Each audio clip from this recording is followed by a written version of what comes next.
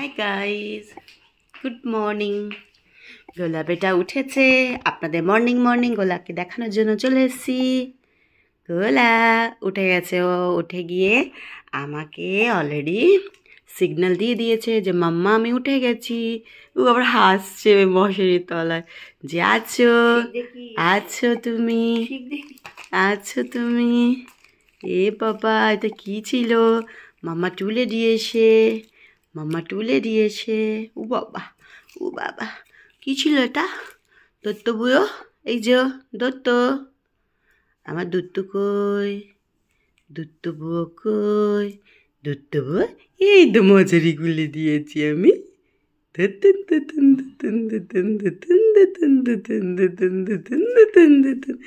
এখন খেলবে, কারণ ওকে খাওয়াতে হবে। একটু খেলার পরে তারপরে খাইয়ে দেবো আমি ওকে।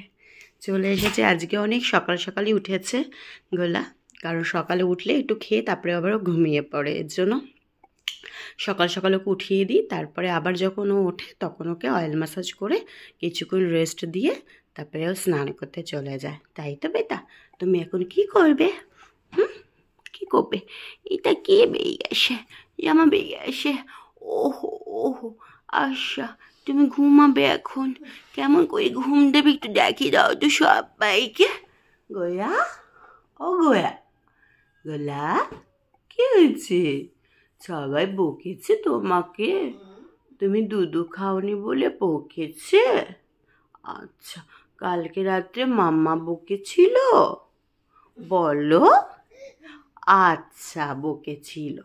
কিরকম করে বকেছিল একটু দেখাও, বড় বড় চোখ করে দেখাও।